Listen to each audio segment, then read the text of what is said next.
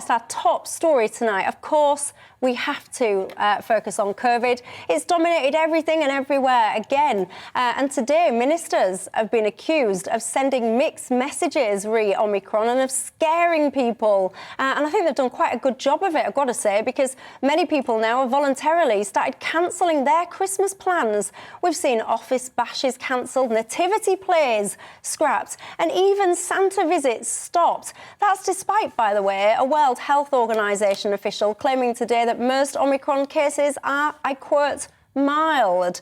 Sajid Javid reckons that the new COVID rules to stop this spread will be reviewed in 3 weeks' time. Where have I heard 3 weeks mentioned before, I wonder, when it comes to all this stuff? And by the way, that 3 weeks is despite the fact that these new COVID regulations are enshrined in law up until March. Anyway, alongside these event cancellations and all the like, many companies have also issued work-from-home notices as well until at least the end of the year, if not into January. So, whilst the Prime Minister is overtly saying that another lockdown is extremely unlikely, I wonder, do you think we're going to find ourselves locked down almost by stealth before we know it, Jo? Well, I think there are mixed messages coming out of Westminster and Whitehall. We know at the moment that the symptoms are very mild. I mean, that's come out from the World Health Organisation and from the scientists in South Africa where the Omicron was first discovered. I think the thing is, this is about buying time to gather some data, to gather some evidence and to see what happens. In the meantime, encourage people to wear masks. And I was very pleased to see on the Underground coming here tonight that almost everybody was wearing a mask, which is great. It's not that difficult and it's not that painful and it really, doesn't cause a great problem. So I think all of those things are quite sensible. Reviewing it in 3 weeks, yes. Obviously, for people who've got Christmas plans, and we saw what happened last year, it was going to be 5 days, then it was 3 days, and we all know anecdotally and really about people who sadly died or became very ill after mixing with people. We have to remember it's the winter. There's also colds and flu, and people are still vulnerable and at risk. And I think we have to be cautious and be sensible. But I think this is about the government pushing back to say to people, you make your mind up, you don't blame us. But it would be really helpful for people within hospitality, travel, transport and other industries if there was a clear guideline from government. Yeah, and I have to say, hospitality has got off quite lightly in some of these measures because some of the restrictions, like your masks and things like that, you don't have to wear them in pubs. And sometimes I do have to chuckle a little bit because some of these rules, they just don't make scientific sense to me. But what do I know? Because indeed, I am not a scientist. But William, do you think, the government is stuck between a bit of a rock and a hard place here? If they don't do anything and this thing turns out to be bad, then, they'll never live it down. So they've got to do something. But what I do worry about is all these mixed messages. They are firstly they're confusing people, and then they're terrifying a whole other group of people, so people don't really know what's what. Yeah, I mean, first off, to have to face mask wearing everywhere on the tube and everything is quite depressing. In that we wanted to get out of this, we want to get back to some sort of normality, and there's, I can just feel the public groaning at having to do this again. But I'll give the government a buy in that there's a new variant. Okay, we don't know much about it. As a party, we supported the temporary restriction on flights. Perfectly sensible to do that.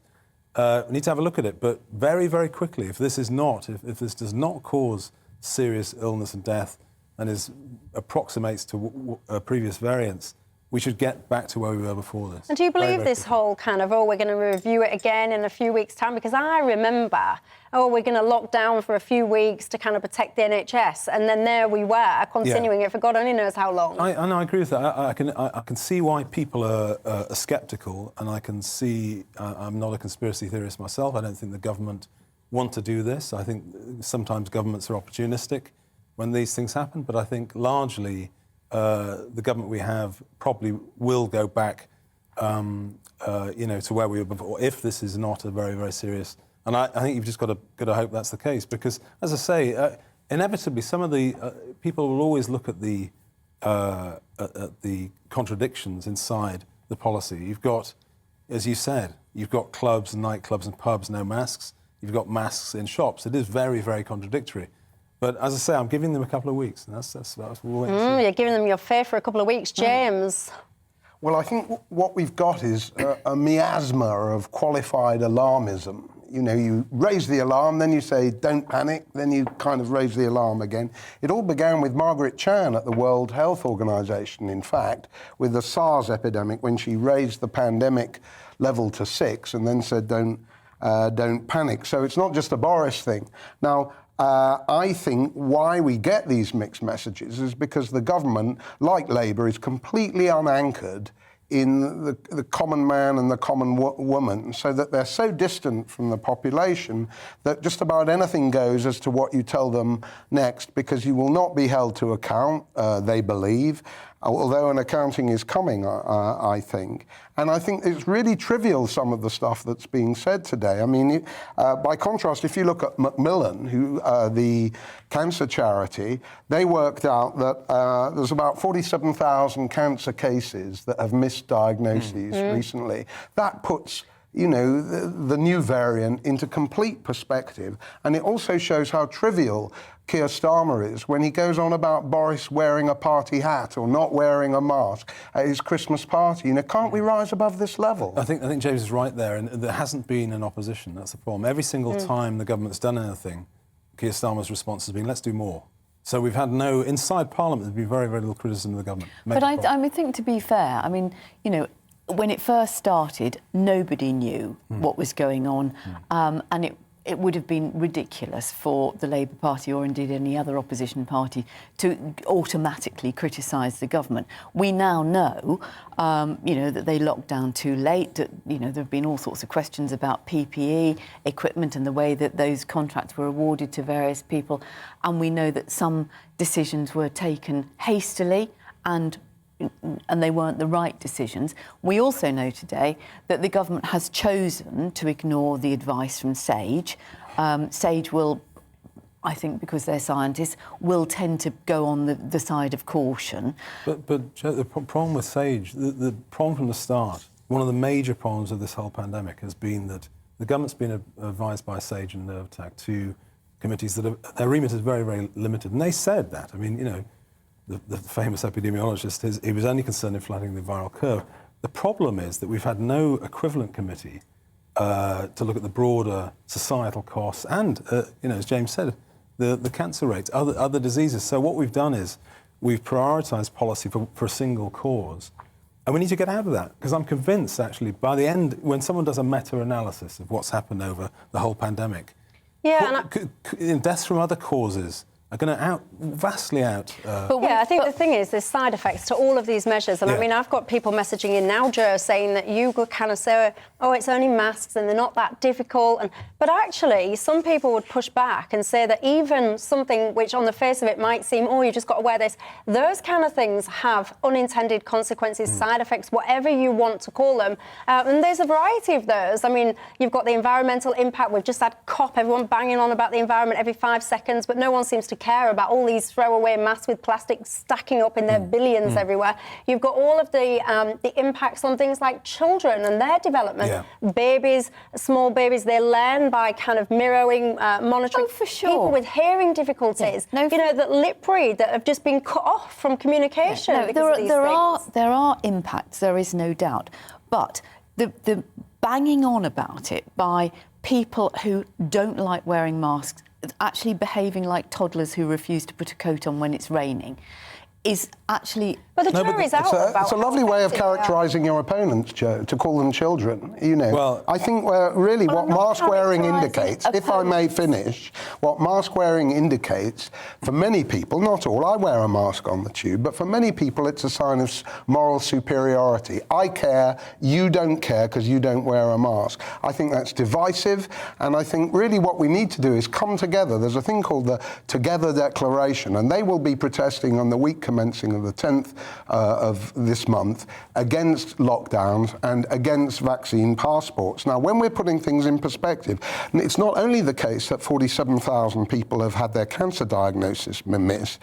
Average death rates from cancer in this country, I checked with ONS, 147,000 in 2019 and 147,000 in England and Wales alone in 2020. Doesn't that put the question of masks and Keir Starmer's party or anti-party antics into a bit of perspective for you? But the point about if you are, as a government, saying you should wear masks, then surely it is beholden upon you to set an example.